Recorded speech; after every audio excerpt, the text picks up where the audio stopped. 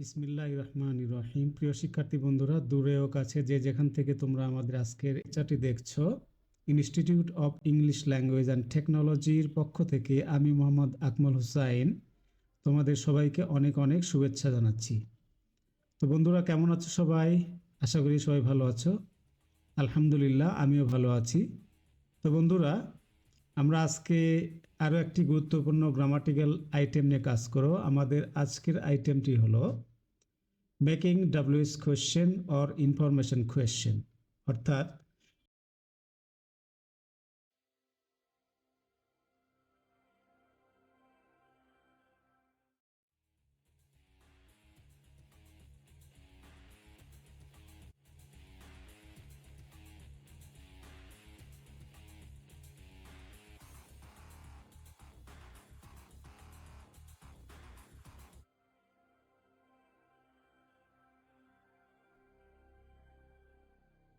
WS word দ্বারা গঠিত প্রশ্ন কিভাবে আমরা তৈরি করব, সেই আইটেমটি নিয়ে আমরা আজকে কাজ করব। তো বন্ধুরা, আজকের ক্লাসে আমরা জানব ডাব্লিউএস কোয়েশ্চেন কি বা ইনফরমেশন কোয়েশ্চেনটা কি, এটা কিভাবে গঠিত হয়, এর স্ট্রাকচারগুলো কী কী আছে, স্ট্রাকচার নিয়ে আলোচনা করব। গঠন প্রণালীগুলো খুব সহজে শেখার চেষ্টা করব।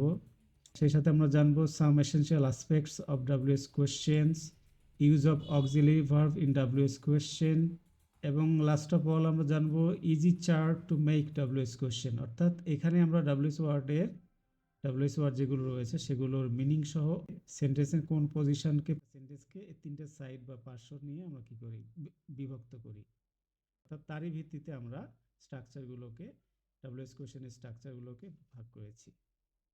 তো প্রথমে দেখো বন্ধুরা, এখানে নাম্বার এ স্ট্রাকচার আমরা দেখছি ইন দ্য সাবজেক্ট সাইড, অর্থাৎ যদি তুমি সাবজেক্ট সাইডে কোশ্চেন করতে যাও তাহলে আমাদের একরকম স্ট্রাকচার হবে, আবার অবজেক্ট বা কমপ্লিমেন্ট সাইডে যদি আমরা একটা প্রশ্ন করতে যাই বা ও এর পাশে যদি আমরা কোশ্চেন করি সেক্ষেত্রে আমাদের আলাদা স্ট্রাকচার হবে।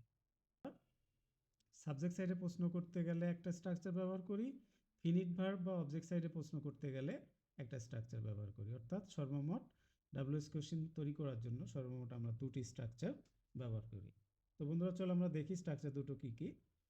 তো এখানে প্রথমে বলা হচ্ছে ডাব্লিউএস কোশ্চেনের নাম্বার 1 বা এ number structure in the subject side, অর্থাৎ সাবজেক্ট সাইডে কোশ্চেন করতে গেলে আমাদের কি করতে হবে, প্রথমে ডাব্লিউএস ওয়ার্ড নিতে হবে। দেখো স্ট্রাকচার কি বলছে, WS word plus finite verb plus object oblique complement দিয়ে বাক্যের শেষে অবশ্যই ইন্টারগেটিভ চিহ্ন দিতে হবে, অর্থাৎ নোট অফ ইন্টারোগেশন। এটা কিন্তু ভুল করা যাবে না। কোশ্চেন মেকিং করার পরে অবশ্যই বাক্যের শেষে আমাদেরকে নোট অফ ইন্টারোগেশন বা প্রশ্নবোধক চিহ্ন দিতে হবে, কোশ্চেন মার্ক যেটাকে বলা হবে। তো তাহলে কি হলো বন্ধুরা, ডাব্লিউএস ওয়ার্ড ব্যবহার করব সাবজেক্টের পরিবর্তে, অর্থাৎ সাবজেক্টকে আমরা কোশ্চেন করব এবং ফিনিট ভার্ব থেকে বাকি অংশ যা যা থাকবে হুবহু আমরা ব্যবহার করে দিব। তো দেখো এখানে ডিটেলস বলা হচ্ছে, অর্থাৎ স্টেটমেন্ট এ প্রদত্ত সাবজেক্ট অনুসারে উপযুক্ত ডাব্লিউএস ওয়ার্ড এর পরে ফিনিট ভার্ব সহ বাকি অংশ বসবে এবং সবশেষে গিয়ে কি নোট অফ ইন্টারোগেশন বা কোশ্চেন মার্কটি ব্যবহার করতে হবে।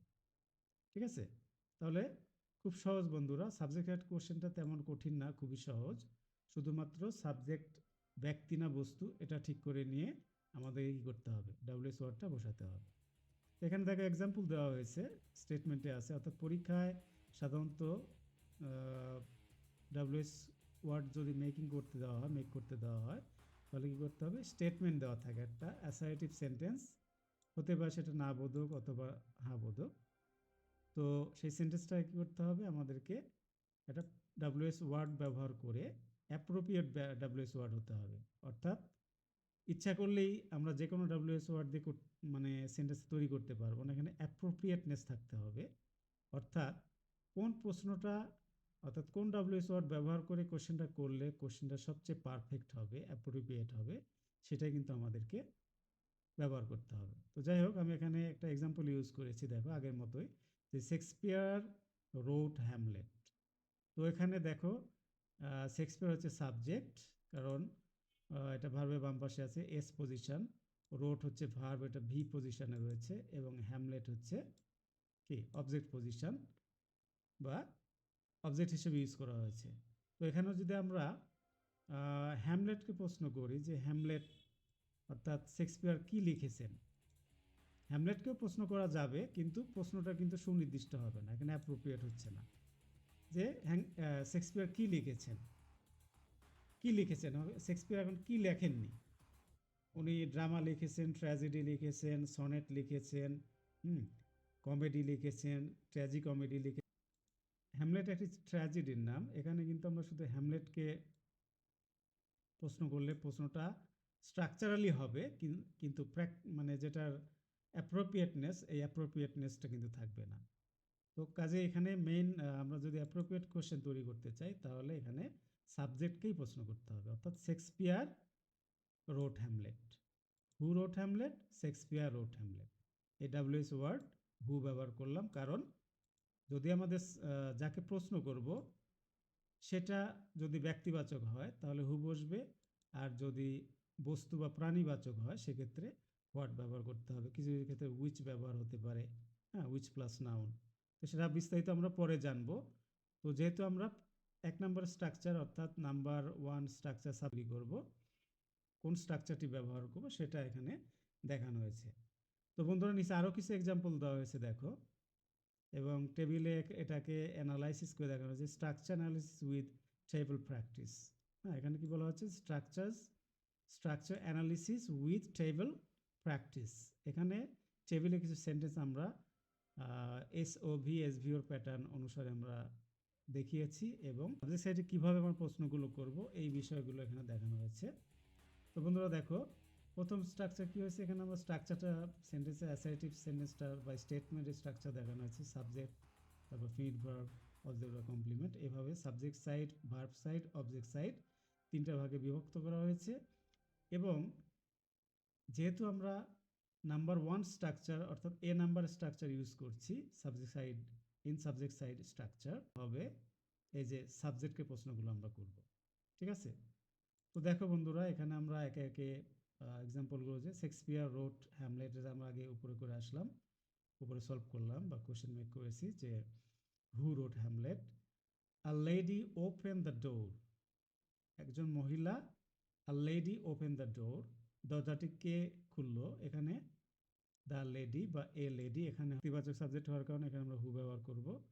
তারপরে the boy stole my pen, ছেলেটি আমার কলম চুরি করেছে বা করেছিল, কে চুরি করেছিল, হু স্টোল ইয়োর পেন। বন্ধুরা খেয়াল রাখবে, একটা বিষয় মনে রাখবে, যদি কোয়েশ্চেনে স্টেটমেন্টের ভিতরে যদি স্টেটমেন্টে ফার্স্ট পারসন ইউজ হয়, হতে পারে সেটা সাবজেক্ট ফর্ম অথবা অবজেক্ট ফর্ম বা পজিটিভ ফর্ম, যে ফর্মে থাকুক না কেন সেটাকে কিন্তু সেকেন্ড পারসনে চেঞ্জ করতে হয়, এর একটা নিয়ম।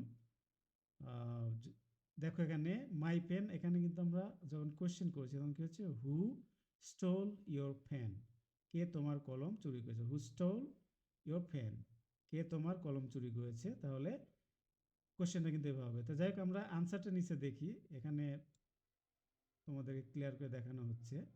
এই বাক্যে দেখো হু ব্যবহার করেছে, তার মানে সাবজেক্টটা ব্যক্তিবাচক, এই কারণে এখানে হু ব্যবহার করা হয়েছে, আর কোনো পরিবর্তন কিন্তু হয় নাই। শুধুমাত্র আমরা ডাব্লিউএস ওয়ার্ডের জায়গায় সাবজেক্টকে উঠিয়ে দিয়ে ওখানে একটা অ্যাপ্রোপ্রিয়েট ডাব্লিউএস ওয়ার্ড ব্যবহার করেছি। ব্যক্তিবাচক হলে হু ব্যবহার করতে হবে, বস্তুবাচক বা প্রাণীবাচক হলে হোয়াট ব্যবহার করতে হবে। আর বাকিগুলো অর্থাৎ ভি এবং ওতে কিন্তু কোনো পজিশনে কোনো চেঞ্জ হবে না, হুবহু যা আছে তাই। শুধুমাত্র একটা চেঞ্জ আসতে পারে, সেটা হলো যদি তোমার অবজেক্ট সাইডে কোনো প্রোনাউন যদি ফার্স্ট পারসনে থাকে তাহলে সেটাকে সেকেন্ড পারসনে ইউজ করতে হবে। যেমন এখানে কি হচ্ছে, who stole your pen, who stole my pen লেখা হয়েছে, কিন্তু এখানে আমরা ইয়োর পেন লিখতে পারি, হু স্টোল ইয়োর পেন, কে তোমার কলমটি চুরি করেছে। তাহলে হু স্টোল ইয়োর পেন, কে তোমার কলম চুরি করেছে। এখানে মাই রাখলেও অর্থ হতো, যাই হোক এটা সাধারণ নিয়ম তো মনে রাখবে যে ফার্স্ট পারসনগুলো সেকেন্ড পারসন হবে। হোয়াট মেড ইউ স্যাড, এই বাক্যটা দেখো, এখানে his behaviour made me sad, his behaviour made me sad, এই বাক্যটা, এটা এই স্টেটমেন্টে আমরা হোয়াট, এটা কিকে বোঝায় না, ব্যক্তির আচরণকে বোঝাচ্ছে, এই জন্য এটা বস্তুবাচক হওয়ার কারণে এখানে হোয়াট ইউজ করা হয়েছে। তাহলে কোয়েশ্চেনটা হচ্ছে কি, হোয়াট মেড ইউ স্যাড, এখানে মিটাকে কিন্তু ইউ করে দেওয়া হয়েছে, খেয়াল করে দেখো। What made you sad, you, অর্থাৎ মি অবজেক্ট ফর্মে আছে, ওটাকে আমরা কি করছি, অবজেক্ট ফর্মে ইউ এর অবজেক্ট ফর্ম ইউ হয়, এজন্য এখানে জাস্ট কি রয়েছে, এখানে ইউ করে দেওয়া হয়েছে, অর্থাৎ হোয়াট মেড ইউ স্যাড।